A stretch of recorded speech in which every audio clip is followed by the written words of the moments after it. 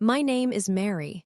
I'm 28 years old, and for 10 years, my aunt treated me like a charity case who was only kept around to make her own daughter look better. I kept telling myself she was just protective of our family image. But the moment that finally made the truth impossible to ignore came exactly 4 hours before I was supposed to walk down the aisle. She walked into the bridal suite, smiled, and poured a full glass of red wine directly down the front of my $13,500 custom gown. "You never deserved a dress like this anyway," she whispered. 6 bridesmaids stopped breathing. My mother dropped her coffee cup onto the hardwood floor. I always took the hand-me-downs. I paid for my own life. I smiled through every backhanded insult. I thought she just needed to feel superior. I was wrong. She wanted to humiliate me. But as I stood there in ruined white silk, I didn't shed a single tear. I just picked up my phone and sent one text message.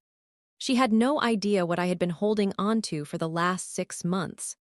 She thought this day belonged to her, but the secret I just hit send on was about to drop her to her knees and destroy her perfect reputation before the string quartet even finished tuning.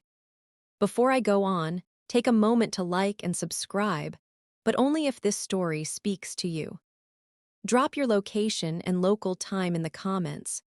Now, let me take you back to 6 months before the wedding, the night I found the folder in her home office. Growing up, I was the girl who always looked a little faded. My cousin, Sarah, was the one in high definition. My Aunt Linda, my mother's older sister, was the architect of that. She lived in a house that smelled like expensive candles and fresh laundry, while my mother and I lived in a cramped apartment above a dry cleaner. My father passed away when I was 8, leaving us with a mountain of medical debt and a lot of unanswered questions. Linda stepped in immediately. To the rest of the town, she was a saint. She was the wealthy sister who took the widow and the orphan under her wing. I remember my 16th birthday clearly. Sarah got a brand new white Jeep with a red bow on the hood. The whole family was gathered in Linda's driveway, clapping and cheering. Sarah was screaming with joy. Linda walked over to me, holding a plastic grocery bag. She handed it to me in front of everyone. "I found this in the back of Sarah's closet, Mary," she said, her voice loud enough for the neighbors to hear. "It's a North Face parka. Sarah only wore it for one season before she decided she didn't like the color. It'll keep you warm at the bus stop this winter." I took the bag. The coat was stained near the hem and smelled like Sarah's perfume. I had to say thank you. If I didn't, my mother would nudge me, whispering that we had to be grateful for Linda's generosity. I stood there in the driveway, clutching a used coat while my cousin revved the engine of a $30,000 car. That was the pattern. Sarah got the lessons, the tutors, and the new equipment. I got the leftovers. When I wanted to play volleyball, Linda brought over Sarah's old knee pads. The elastic was shot and they were yellowed with age. When I needed a dress for prom, Linda took me to a thrift store and spent 40 minutes lecturing me on the value of a dollar, while she had just spent $2,000 on Sarah's custom gown at a boutique downtown. She loved the performance of pity. She would pull me aside at Christmas and hand me a $20 bill, whispering that I shouldn't tell my mother because she didn't want to embarrass her. Then, an hour later at the dinner table, she'd make a toast about how important it was for family to support those who weren't as fortunate. Everyone at the table would look at me. I would look at my plate. I learned to keep my face very still. When it came time for college, the narrative reached its peak. At a family barbecue the summer before I left, my Uncle George asked how I was paying for school. Before I could open my mouth, Linda jumped in. "Oh, we're making sure Mary is taken care of," she said, patting my hand. "It's a struggle, of course, but we'd never let her go without an education. Family is everything." The truth was very different. I was working 40 hours a week at a diner while taking 18 credits. I was surviving on ramen and generic brand peanut butter. Linda hadn't given me a single cent for tuition. In fact, she had told my mother that since I was so independent, it was better for my character if I worked for it. But in public, she was the benefactor. She was the reason I wasn't failing. I was carrying a heavy secret of my own back then. I was actually doing well. I had a knack for logistics and a discipline my family didn't understand. By the time I was 25, I had a career in supply chain management. I was making more money than Sarah, who was still living at home and having her credit card bills paid by her mother. But I didn't tell them. I kept living in a modest apartment. I kept driving my old Honda. I let them keep thinking I was the struggling Mary. It was easier than dealing with the resentment that always followed my successes. When David proposed, I decided for the first time in my life that I wasn't going to have a hand-me-down wedding. I wanted one thing that was entirely mine. I found the dress at a boutique in the city.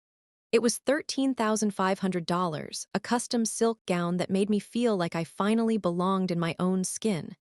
I paid for it in 3 installments. I didn't tell a soul the price. Linda, of course, insisted on managing the wedding budget.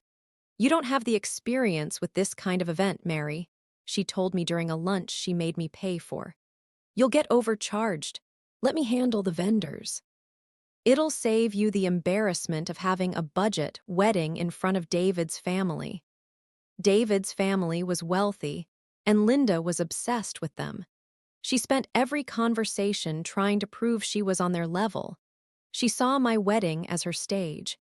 She wanted to be the one who orchestrated the perfect day for her poor niece. I let her think she was in charge of the small things. I let her pick the napkins and the font on the invitations. But I kept the contracts for the catering and the venue in my own name.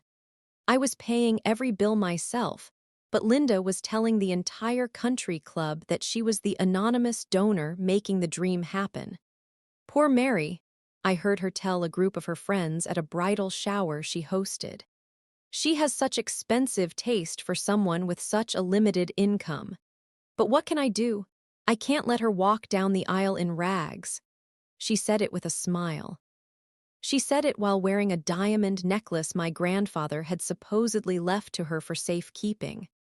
I sat there, eating a dry finger sandwich, and I didn't say a word. I just watched her. I realized that Linda didn't just want to be better than me. She needed me to be less than her. She needed the contrast. Without my poverty, her wealth didn't shine as bright.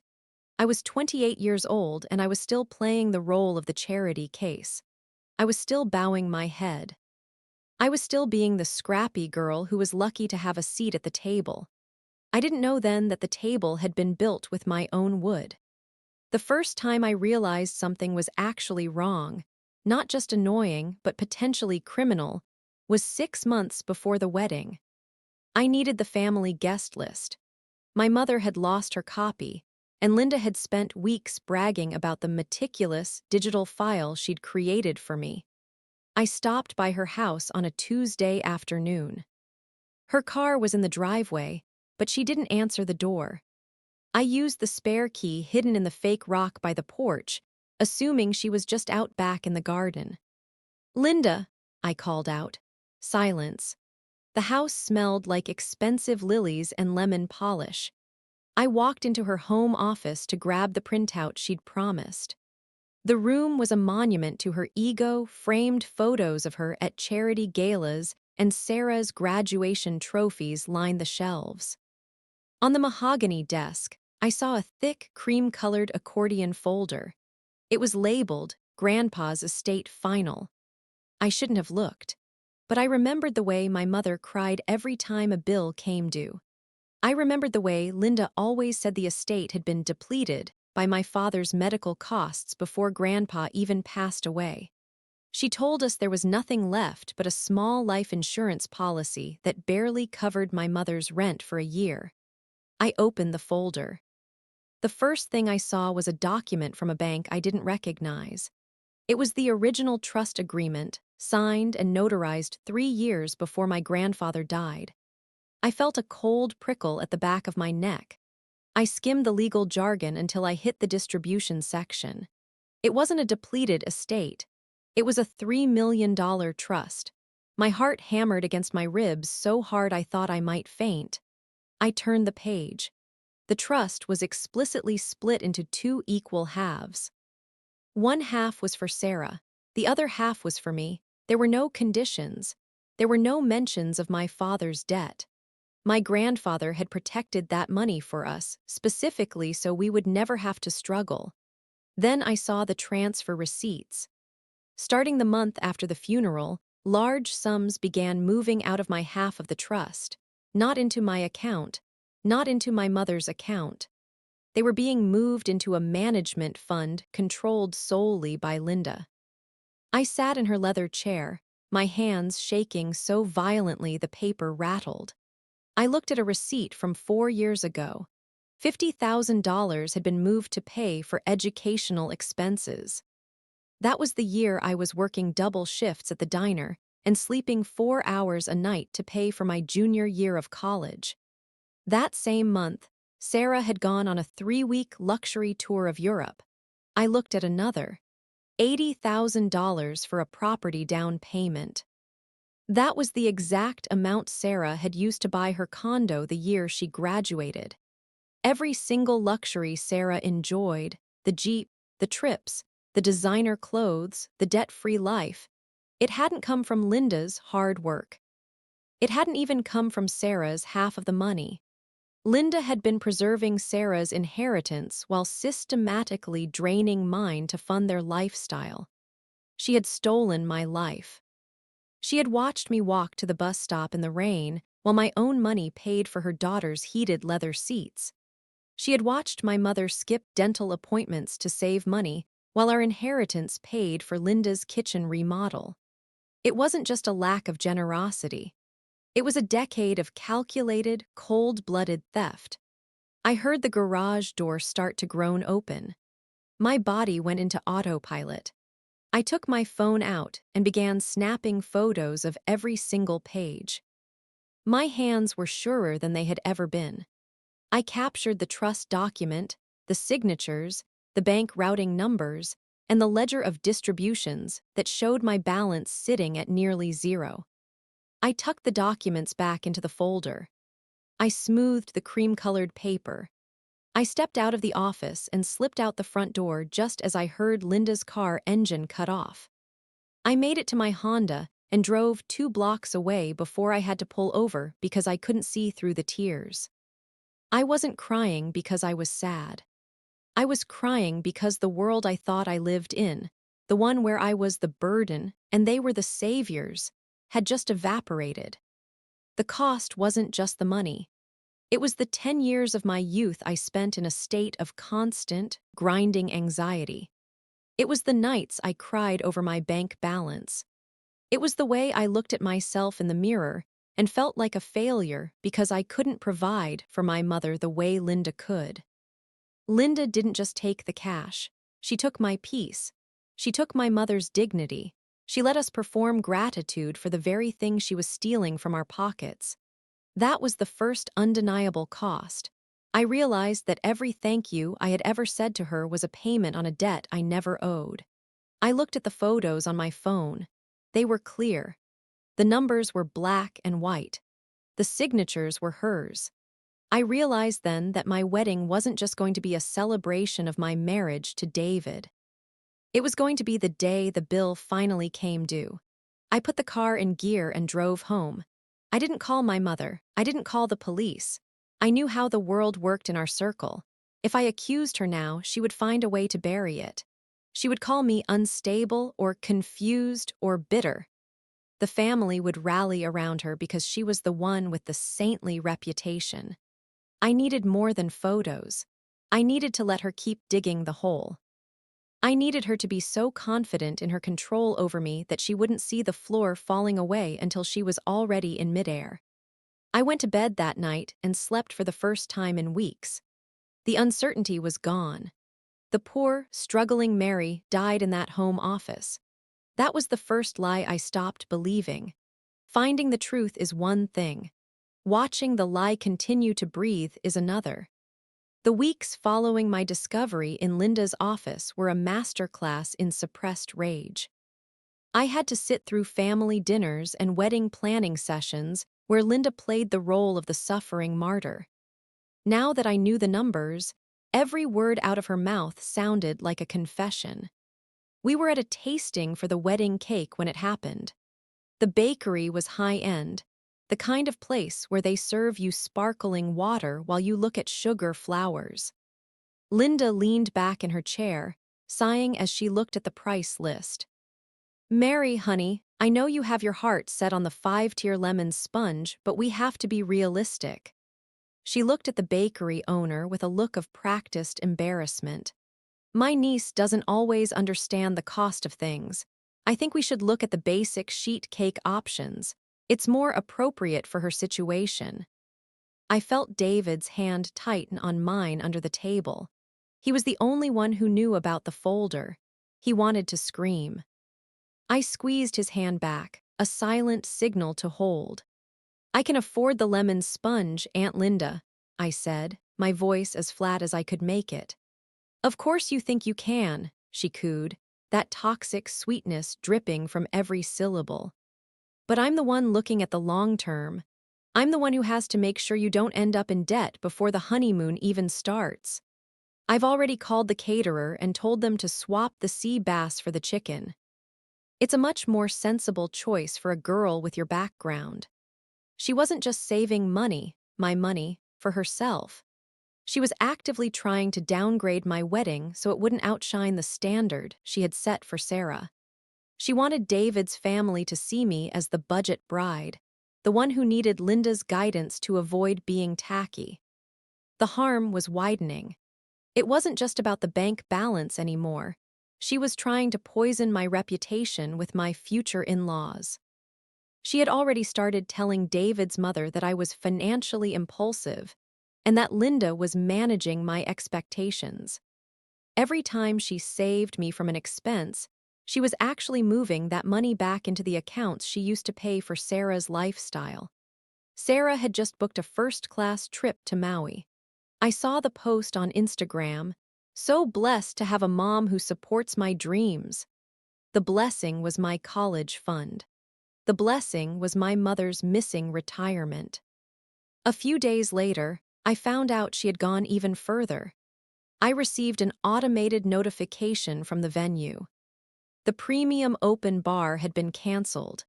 When I called the coordinator, they told me that Mrs. Linda had informed them the bride's family was facing unforeseen financial hardship and needed to cut costs immediately to keep the wedding from being canceled.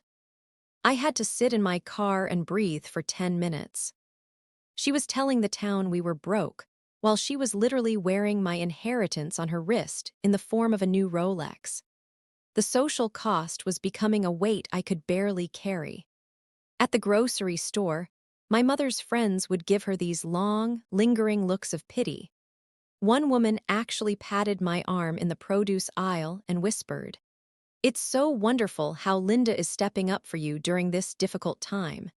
Not many aunts would take on that kind of financial burden." I looked at her, my throat tight. "She's doing exactly what she feels is right," I managed to say. It was true in the darkest way possible. Linda felt it was right that I should be the shadow so her daughter could be the sun. She felt it was right that I should pay for their luxury with my labor. I went home and called the vendors back. One by one, I reinstated the sea bass, the open bar, and the lemon sponge cake. I paid the reinstatement fees out of my own savings, the money I had earned working those double shifts at the diner. I didn't use the trust money. I didn't want to touch it yet. I wanted the paper trail of her cancellations to stay exactly where they were, in the vendor's logs. David sat with me at the kitchen table that night. "Why are we waiting, Mary? We have enough to go to the police right now. This is grand larceny." "Because the police will only put her in a cell," I said. "In this town, she'd find a way to make herself the victim of a legal misunderstanding." The family would still believe her. My mother would still feel indebted to her. I looked at the wedding invitation on the fridge. I don't want her just to go to jail, I whispered. I want everyone who ever looked down on me to see her exactly for what she is. I want the lie to burn down in front of the people she's trying to impress. The harm she was doing was calculated to keep me small. She thought that by squeezing my wedding, she was keeping me in my place, the grateful, poor niece who knew her limits. She didn't realize that every time she called a vendor to help me, she was just adding another line to the indictment I was preparing. She was benefiting from my silence. Every day I didn't speak, she felt more powerful. She started showing up to the bridal suite planning meetings with magazines, pointing at things and saying, "Maybe for your next wedding, Mary, when you've saved up more." She was so comfortable in her theft that she had become sloppy. She didn't realize I was recording the calls. She didn't realize I had a ledger of my own, tracking every saving she claimed to make against the actual prices I was paying. The wider damage was the exhaustion. I was working my full-time job, managing a wedding she was trying to sabotage, and documenting a crime all at the same time. I was tired. I was so tired of being the only person in the room who knew the truth. But I realized surviving wasn't enough. I had spent 28 years surviving Linda. It was time for Linda to survive me. The lie was a house of cards, and she was still adding floors to it, thinking the wind would never blow. I was done biting my tongue. I was done being the scrappy one. The plan was already in motion. The forensic accountant David had found was digging through the routing numbers I'd photographed. The more we found, the worse it got. It wasn't just college. It wasn't just the Jeep. She had been skimming from the trust for years, even before Grandpa died, using her power of attorney to manage his affairs. She wasn't just a thief. She was a predator who had targeted her own father and her own sister's child. "Let her keep talking," I told David. "Let her tell everyone how much she's doing for us. The louder she is now, the quieter it will be when I'm done." That was the first time I felt a spark of something other than pain. It was the feeling of the leverage finally beginning to shift. It wasn't just my wedding. It was my cousin Sarah's entire life. The morning after I found the folder, I didn't go to work. I sat in my car in a park 3 towns over and looked at the photos on my phone until the screen blurred. I needed to see the shape of the theft. I needed to know if I was misinterpreting a loan or a management fee. I wasn't. It was a plumbing job. Linda had hooked a pipe into my side of the reservoir and was let it run wide open into hers. I brought the photos to David that evening. I didn't say a word. I just handed him my phone and let him scroll. David is a calm man, a civil engineer who thinks in load-bearing walls and stress points. He scrolled through 42 photos in absolute silence. When he finished, he didn't look at me. He looked at the wall behind me. "This is nearly $700,000, Mary," he said. His voice was dangerously quiet. "It's more," I said. "I only photographed the last 5 years of the ledger. The trust was established 10 years ago." David didn't hesitate. He called a friend from college, a forensic accountant named Marcus. 2 days later, we were sitting in Marcus's basement office, surrounded by 3 monitors and stacks of paper. I gave him the photos. I gave him my grandfather's name and the bank's name. Marcus worked for 3 hours while we sat on a leather couch that smelled like old coffee. The clicking of his mouse was the only sound in the room. "She's been clever," Marcus finally said, turning his chair around. "She didn't just take a lump sum. She set up reimbursement cycles. Every time Sarah had a major life event, sorority dues, a down payment, a new car, your aunt filed a trustee expense against your half of the funds. She claimed she was offsetting the burden of your care." "What care?" I asked. My voice sounded thin. "I lived with my mother. I paid my own way." "According to these internal notes," Marcus said, pointing at a line of text he'd pulled from a bank subdirectory, She's been charging your trust $5,000 a month for housing and supplemental support since you turned 18. She was effectively charging you rent to live in a house she didn't own, using money you didn't know you had. The math was sickening. Linda had used my inheritance to pay for Sarah's condo. She had used it to pay for the saintly donations she made to the local library. She had even used it to pay for the very bridal shower where she'd mocked my limited income. The story was getting bigger than a family spat. This was grand larceny. This was a systematic dismantling of a dead man's wishes and a young woman's future.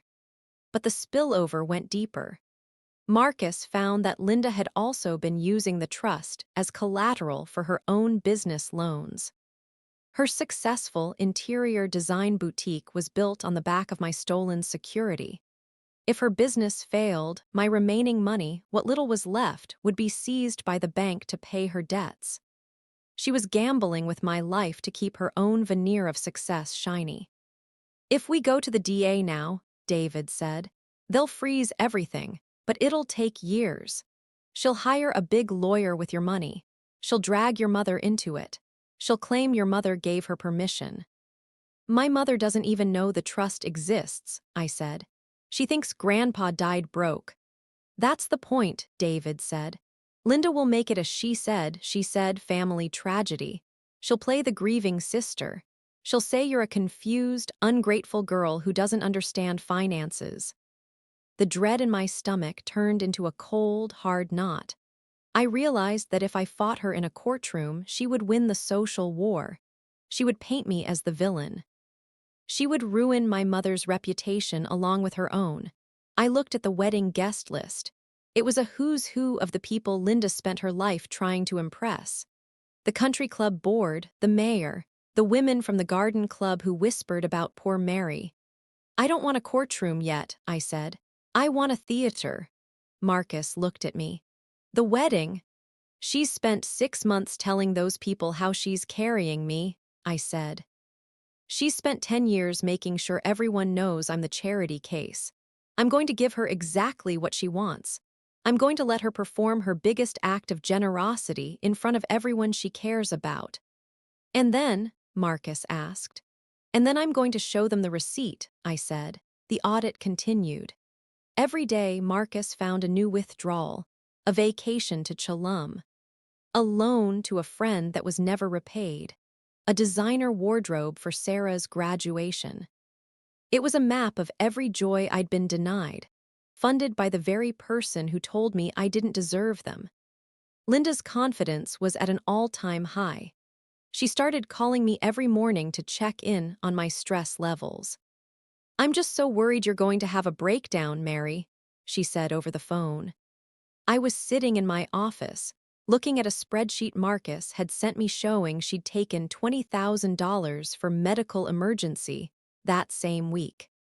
"You're just not built for this kind of pressure. You should let me take over the final payments for the florist.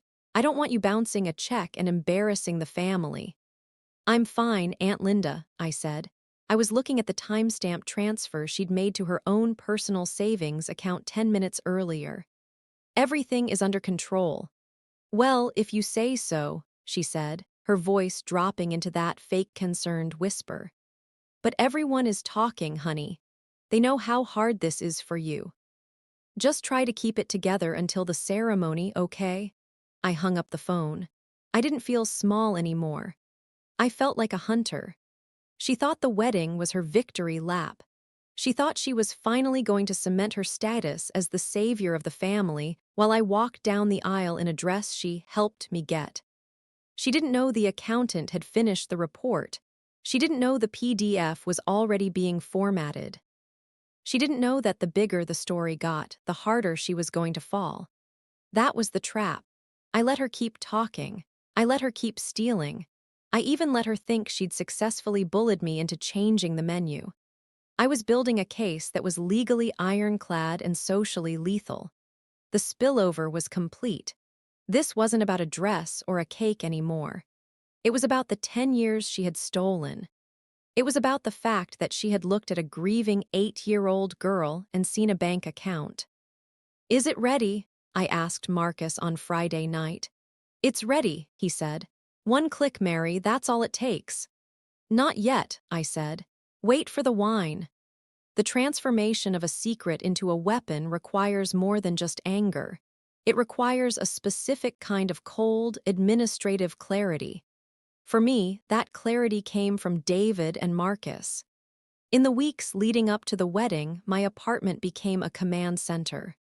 While Aunt Linda was busy calling florists to negotiate my bouquets down to cheaper carnations, I was sitting at my kitchen table with David, looking at a spreadsheet that mapped out 10 years of grand larceny. David was the one who kept me steady. There were nights when I would look at the total stolen amount and feel a wave of vertigo so strong I had to grip the edge of the table. It wasn't just the money. It was the realization that every time I had apologized to Linda for being a burden, she had been looking at me while holding the keys to my own vault. "She's not going to expect this," David said one night. He was highlighting the bank routing numbers that Marcus had traced back to Sarah's luxury condo down payment.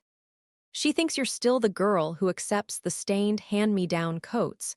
She thinks your greatest act of rebellion is choosing a lemon sponge cake." Marcus, the forensic accountant, provided the heavy lifting. He didn't just find the money, he organized the proof so that a child could understand it. He created a single, comprehensive PDF. The first page was the original trust document from my grandfather, highlighted in yellow where it stated the 50-50 split. The second page was a side-by-side comparison, a timeline of my life versus Sarah's. On the left, Mary's college tuition payments, zero from trust, and Mary's diner pay stubs. On the right, Sarah's tuition payments, fully funded by Mary's half, and receipts for Sarah's graduation gift, a brand new SUV. "This is the kill shot," Marcus told us over a Zoom call. He pointed to a section titled Trustee Management Fees. "She was charging the trust $10,000 a year to oversee your interests. She was literally paying herself a salary to steal from you." Having this support changed the way I walked. When I saw Linda at the final dress fitting, I didn't feel the usual urge to shrink. She spent 45 minutes critiquing the bustle of my gown, telling the seamstress that it was perhaps a bit too grand for a girl of Mary's stature.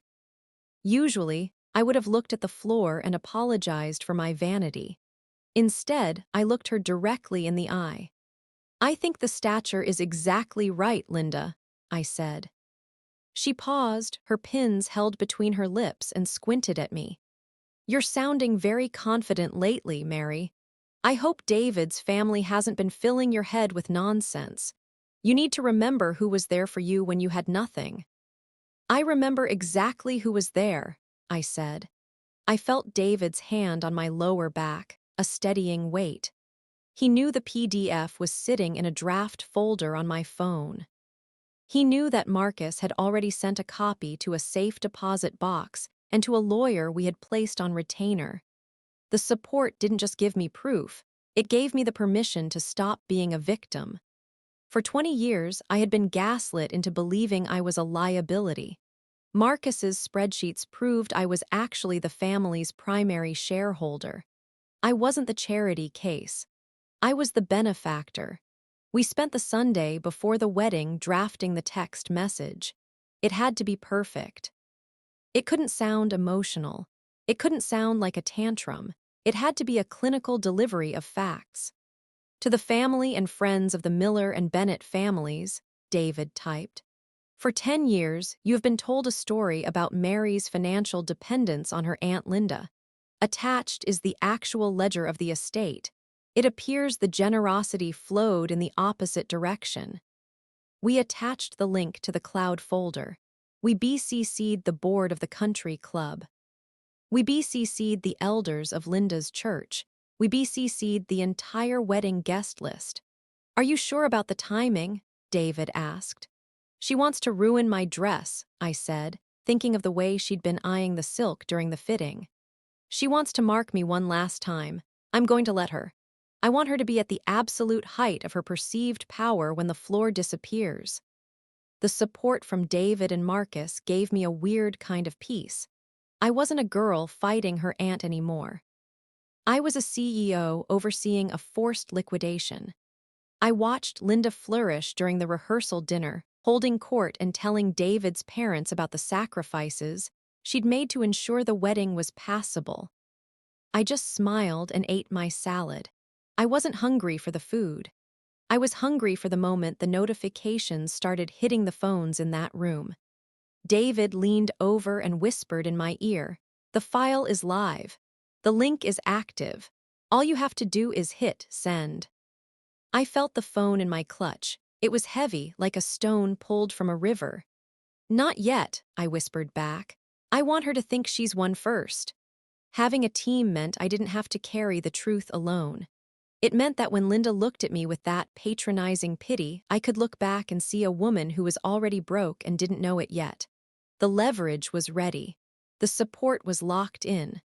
I was no longer the girl in the stained parka. I was the woman who had already won. The leverage wasn't just a pile of documents anymore. It was a digital countdown. Marcus had finalized the estate verification folder. It was a single link that led to a clean, categorized archive of every theft Aunt Linda had committed over the last decade. It contained the original trust deed, the bank statements showing the withdrawals from my sub-account, and the receipts for Sarah's lifestyle expenses that matched those withdrawals to the penny. The most damning piece of evidence wasn't the six-figure transfers. It was a scanned copy of a handwritten ledger Linda had kept in the back of the folder. In her own elegant cursive, she had tracked what she called gratitude adjustments. Under that heading, she had listed the dates she gave me hand-me-down clothes or helped with a small bill. Next to each entry, she had calculated a 500% markup and reimbursed herself from my trust for her time and emotional labor. She had charged my inheritance $300 for the service of giving me that stained North Face parka on my 16th birthday. She wasn't just a thief. She was a bookkeeper of her own cruelty. "It's all here, Mary," David said, showing me the final mobile view of the site. "The moment you hit send on that group text, this link goes live to every person on your guest list. They won't just see that she took money. They'll see exactly how much she charged you to be your savior." The leverage was now usable because it required no explanation. I didn't have to stand up and give a speech about my feelings. I didn't have to beg people to believe me. The math did the talking. The bank stamps were undeniable. I sat on my bed 3 days before the wedding and looked at the $13,500 dress hanging on the wardrobe. It was the only thing in my life that Linda hadn't touched with my own stolen money. I had bought it with the literal sweat of my brow from the diner shifts. It was my flag of independence. I knew that Linda's social standing was her only real currency. In our suburban circle, being good was more important than being rich, but being charitable was the highest status of all. Linda had built her entire identity on the lie that she was the glue holding her broken sister and unfortunate niece together. The leverage was designed to strip that away in seconds. It wouldn't just make her a criminal, it would make her a laughingstock. It would show the country club ladies that the woman they admired for her generosity was actually a parasite living off an orphan's back. I practiced the motion on my phone. Open Messenger. Select the wedding party and family group. Paste the link. My thumb hovered over the screen. I felt a flicker of the old fear, the voice that told me I was being dramatic or ungrateful. But then I looked at the spreadsheet entry for my mother's missed dental surgery from 3 years ago. Linda had told my mother she couldn't find the funds to help her, while the ledger showed she had withdrawn $10,000 that same week for Sarah's summer wardrobe refresh. The fear died. I was ready. The lawyer had confirmed that the documents were legally obtained and that the truth was an absolute defense against any defamation, suit Linda might try to throw. We had backup copies on 3 different servers. David had a copy. Marcus had a copy. I wasn't just a girl with a secret anymore. I was a woman with a detonator. On the night before the wedding, Linda called me. She sounded breathless, the way she always did when she was about to do something kind. "Mary, darling, I've decided to pay for the videographer as a final wedding gift," she said. "I know you were worried about the cost, and I just couldn't bear the thought of you not having those memories captured. Don't worry about the bill, I'll handle it personally." I looked at the screen of my laptop. I had just seen a fresh notification, a $4,000 withdrawal from my trust account under the label Wedding Gift Misc. She was gifting me my own money and expecting a thank you note for it. "That's very characteristic of you, Aunt Linda," I said. My voice was steady. "I'll make sure everyone knows exactly how you handled the expenses for this wedding." "Oh, you don't have to do that," she tittered. "As long as you're happy, that's all the thanks I need." I hung up and looked at David. He was checking the signal strength on his phone. "She's still digging," I said. "Let her," David replied. "The deeper the hole, the less chance she has of climbing out." I put my phone on the nightstand. I didn't feel like a bride. I felt like a judge waiting for the court to go into session. The leverage was locked. The proof was ironclad. The only thing left was the ceremony and the red wine. I closed my eyes and imagined the sound of 200 phones chiming at once. It was the most beautiful music I could think of. 3 days before the wedding, I stopped being a bride and started being a ghost. I moved through the final rehearsals with a terrifying, hollow calm. I watched Aunt Linda direct the flower girls like they were stage actors. I watched her pull the photographer aside to whisper instructions about which family members should be in the official portraits and which ones should be tucked in the back. I knew I wasn't in the front row of her mental album. I was just the necessary prop for her to show off her charity. My logistical move was the most boring and the most important.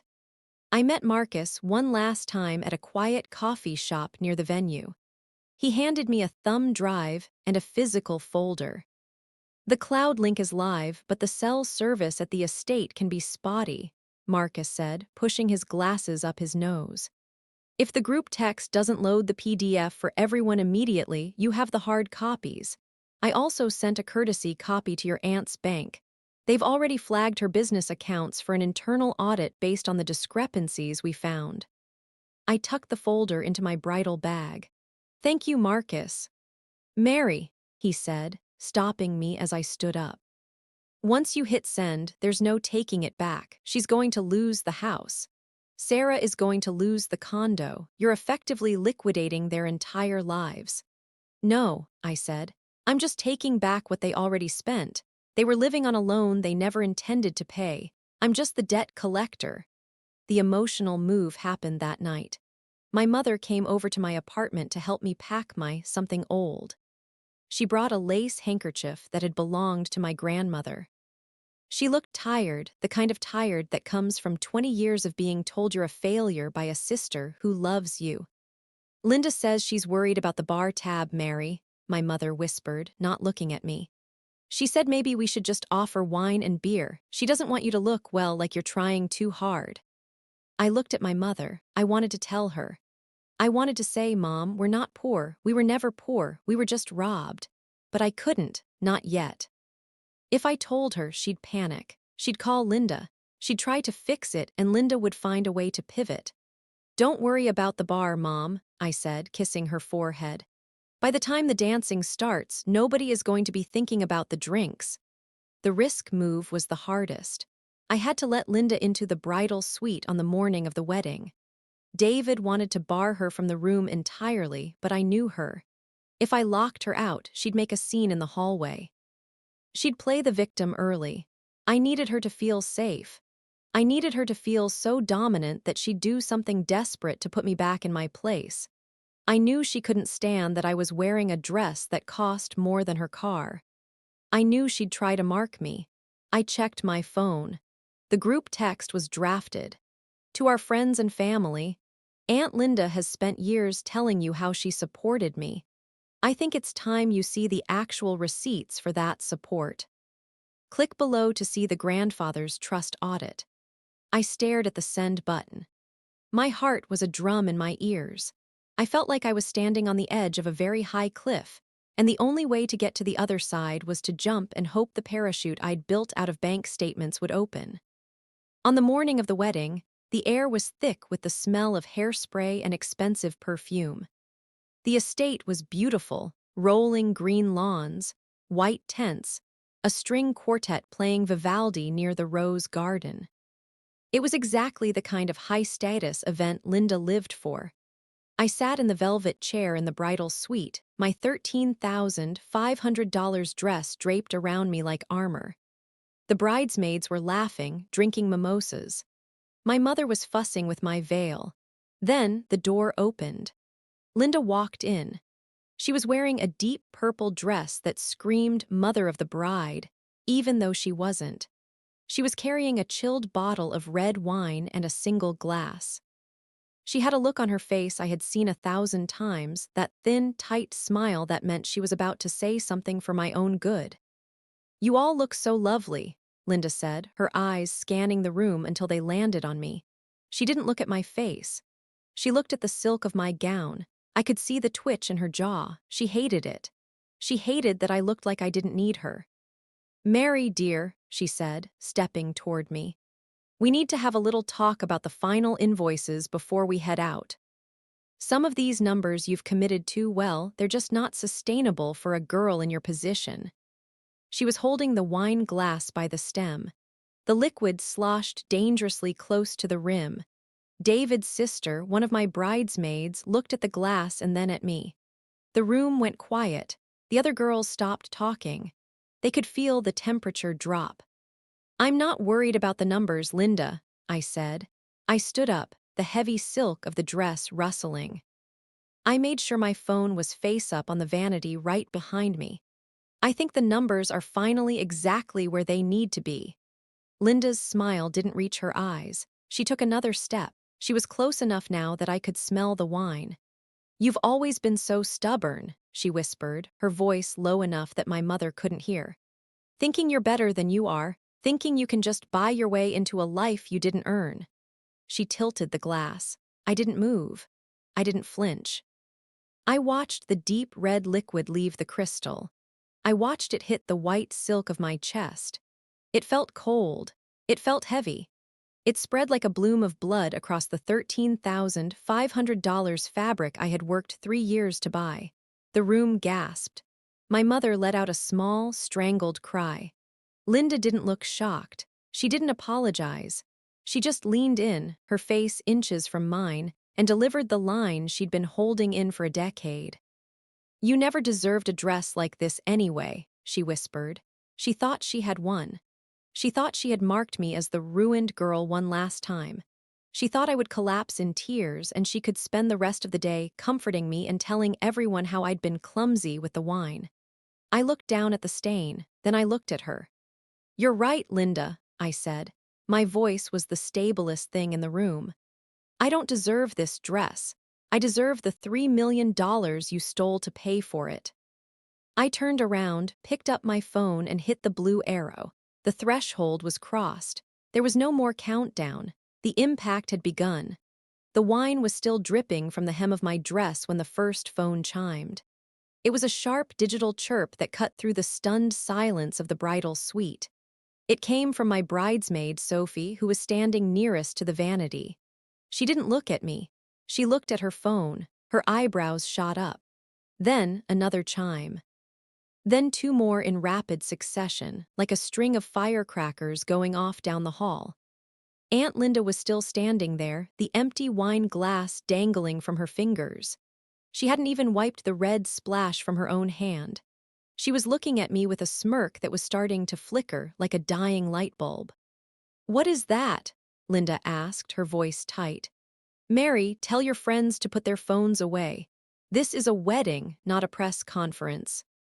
Outside the heavy oak doors of the suite, I heard a collective murmur.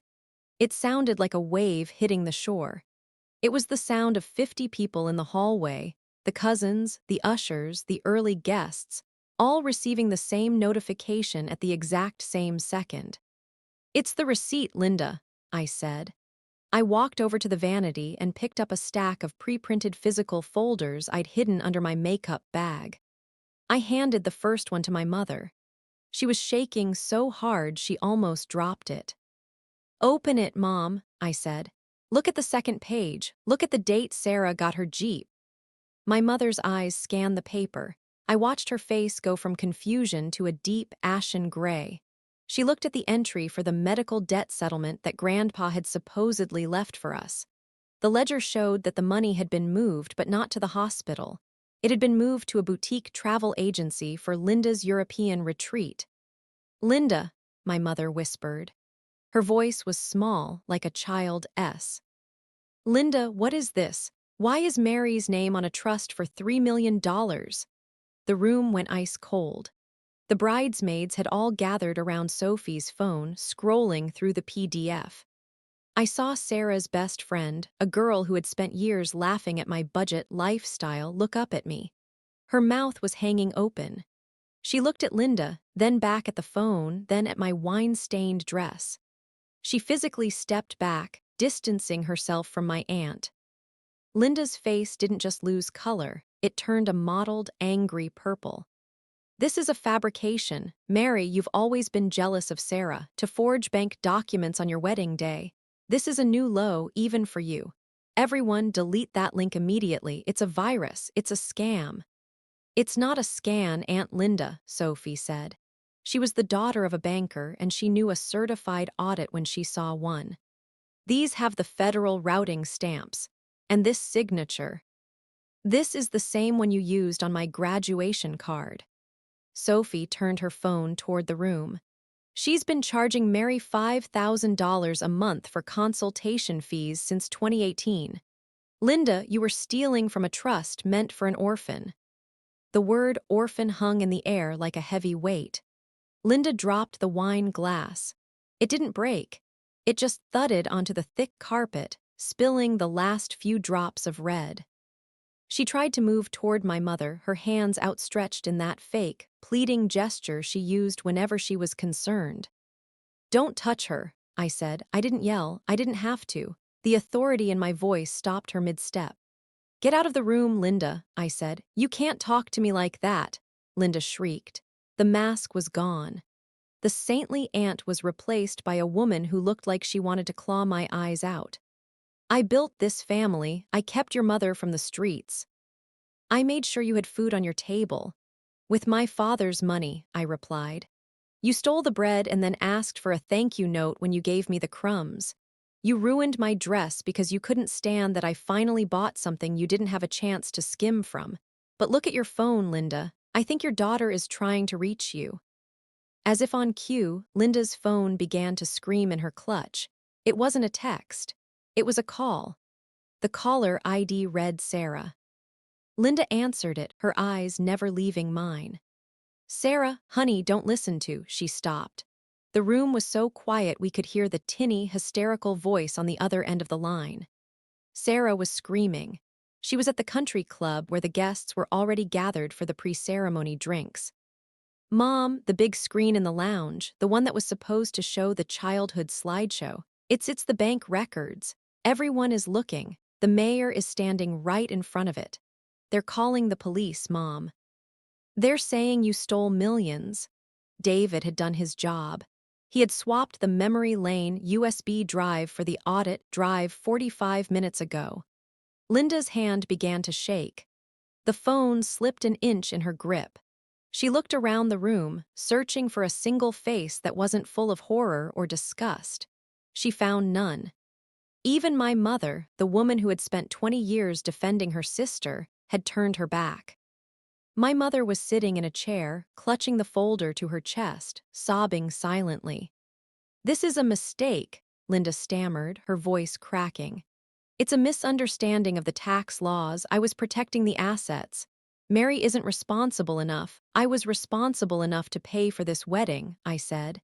"And I'm responsible enough to sign the police report. David is downstairs with the detectives right now. They've been looking for you for 20 minutes. The door to the suite opened. It wasn't the police. It was three of the ushers, David's brothers. They weren't smiling. They stood in the doorway, their arms crossed, blocking the only exit. "The car is waiting, Linda," the oldest brother, Mark, said. "But it's not taking you to the ceremony, it's taking you to the station. You have 5 minutes to leave this property before we have security drag you out through the rose garden." Linda looked at me one last time. There was no more pity in her eyes. There was only a cold, sharp hatred. "You think you've won. You've destroyed your own wedding, Mary. Look at yourself. You're covered in wine, you're a mess. Everyone will remember today as the day the family fell apart." "No," I said, looking at the red stain on my chest. "They'll remember today as the day the truth finally came home. And as for the dress, I think the red looks better on me than the guilt looks on you." She tried to say something else, but Mark stepped into the room. He didn't touch her, but his presence was enough. Linda snatched her purse from the table, her heels clicking jaggedly on the floor, and shoved past the ushers. We heard her running down the hallway, the sound of a woman who had spent her life building a palace of lies and was now realizing the roof was made of lead. The room stayed silent for a long time after she left. My bridesmaids moved toward me. Sophie grabbed a damp cloth and started dabbing at the wine, but the silk was ruined. The red had soaked deep into the fibers. "Mary, I'm so sorry," Sophie whispered. "We can try to find another dress. We can delay the ceremony." I looked at my mother. She looked up at me, her eyes red and swollen. She reached out and took my hand. "She took everything, Mary. She took your father's memory and turned it into a bill." "She didn't take today, Mom," I said. I stood up and walked to the full-length mirror. I looked at the $13,500 gown. The wine stain was huge. It looked like a map of a country I didn't want to live in anymore. But then I looked at my face. I looked at my shoulders, they were square. My head was up, I didn't look like the poor niece anymore. I looked like a woman who had just cleared a debt that had been suffocating her for 20 years. "Don't clean it," I told Sophie. "What? Leave it," I said. "I'm walking down the aisle exactly like this." "Mary, you can't," my mother said, standing up. "People will see, they'll ask." "Let them ask," I said. "I want them to see the mark she left, and I want them to see me walking right through it." I picked up my bouquet. The white lilies were pristine, a sharp contrast to the ruined silk. I felt a surge of something I hadn't felt since I was 8 years old. It wasn't happiness, not yet. It was a clean, cold strength. I walked out of the suite. The hallway was lined with people. I saw David's parents standing near the elevator. They looked at my dress, their eyes widening, and then they looked at my face. David's father gave me a short, solemn nod. He understood. The whole building understood. As I reached the top of the stairs that led down to the garden, I saw David. He was standing at the end of the aisle near the string quartet. He was looking up at me. He saw the red stain. He saw the ruined white silk. He didn't look sad. He smiled. He took a step toward me, reaching out his hand. The music started. It wasn't the slow, mournful processional Linda had picked out.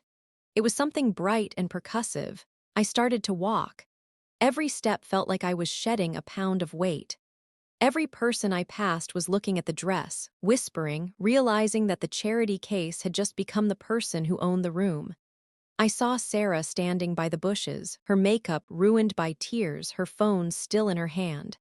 She looked at me with a mix of fear and envy. I didn't stop. I didn't even slow down. She was a ghost now. I reached David. He took both of my hands. He leaned in and whispered, "You look beautiful." "Even with the wine?" I asked. "Especially with the wine," he said. "It looks like victory." The ceremony went on. I didn't hear most of the words. I just felt the sun on my skin and the weight of the truth finally being out in the open. I looked at my mother in the front row. She wasn't crying anymore. She was sitting tall, watching me, her hand resting on the empty seat next to her where my father should have been. When the minister said, "You may kiss the bride," The applause wasn't just polite. It was a roar. We walked back up the aisle together. I didn't look back at the estate. I didn't look for the police cars I knew were idling at the gate. I just looked ahead at the life I had finally paid for. Linda was gone. The lies were gone. The only thing left was the stain on my dress and the man holding my hand. And for the first time in my life, that was more than enough. The fallout was swifter than I expected. By the time we reached the reception tent, the story had already outpaced the appetizers. The country club social circle, which Linda had cultivated like a prize garden, turned into a desert for her overnight. People who had spent years nodding at her benevolence were suddenly very busy deleting her from their contacts. The criminal charges were filed on Monday morning. Marcus's audit was so thorough that the district attorney's office didn't even ask for a second interview. They saw the transfers. They saw the signed ledger of gratitude adjustments. Within 3 months, Linda was facing multiple counts of grand larceny and fiduciary fraud. She had to sell the house. The Palace of Lies was listed on the market to cover the legal fees and the initial restitution payments to my mother and me. Sarah lost her condo, too. It turns out when you buy a home with stolen money, the foundation doesn't hold.